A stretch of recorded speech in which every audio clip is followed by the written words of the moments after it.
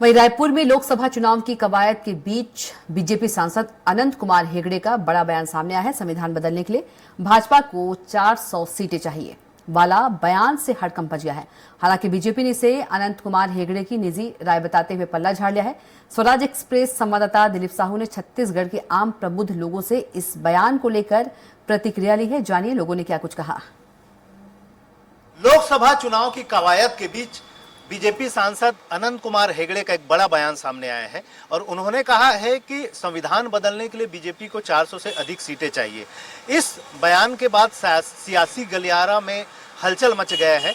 वहीं आइए हम जानेंगे कि छत्तीसगढ़ की जनता, राजधानी रायपुर की जनता, प्रबुद्ध जनता इस बयान को लेकर क्या सोच रखती है। चुनाव में पूरी तरह से पटकनी देना चाहिए और गद्दी से बेदखल कर देना चाहिए। संविधान के रक्षा में देशवासियों से अपील है, हर जगह आप आंदोलन करिए, अपने हक की लड़ाई लड़िए और बेईमानी को गद्दी से बाहर फेंकिए। ये इनका संविधान सही नहीं लग रहा है मुझे। और जहाँ तक मुझे ये समझ में आ रहा है कि अगर ये कभी कुछ योजना आदमी गुमराह कर रहे हैं। लेकिन भारत का जो नागरिक है, जो जिसकी मूल संविधान की मूल आत्मा है, जिसमें स्वतंत्रता, समता, बंधुता और विचारों की स्वतंत्रता, ये सारी चीजें हैं जो लोगों को रास नहीं आएगी।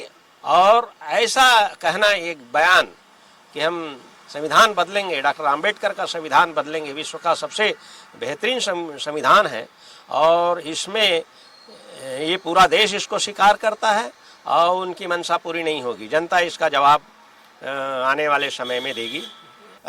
संविधान को बदलने की इस तरह बात करेंगे और संविधान पे उंगलियां उठाएंगे तो हम संविधान को मानने वाले लोग, हम समता, स्वतंत्रता, बंधुता और न्याय को मानने वाले लोग, जो संविधान की मूल है, हम भारत के लोग, हम भारत के लोग भारत सरकार नहीं, हम बीजेपी सरकार के खिलाफ विद्रोह उत्पन्न करेंगे और लोगों को जन आंदोलन के लिए जागरूक करेंगे और जन आंदोलन करेंगे। इसका अर्थ ये है, देश में एक नई जागरूकता आई है, संविधान के दम पर आई है और बाबा साहेब ने ही हमको जो संविधान दिया है और उसकी ताकत जो है, उसकी ताकत असीमित है।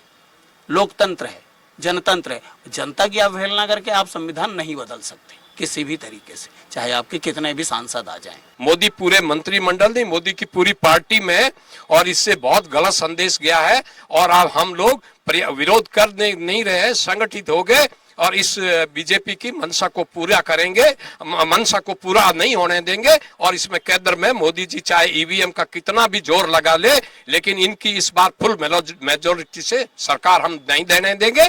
और यही एक संविधान है जो इस देश के 1 अरब 40 करोड़ लोगों को अनगिनत अधिकार दे रहा है। भारत का संविधान हमारी ताकत है, इस देश का आधार स्तंभ है, नींव है और भारत के संविधान के बगैर हम सब अधूरे हैं। इसी के साथ फिलहाल के लिए बुलेटिन में इतना ही। आप देखते रहिए स्वराज एक्सप्रेस। नमस्कार।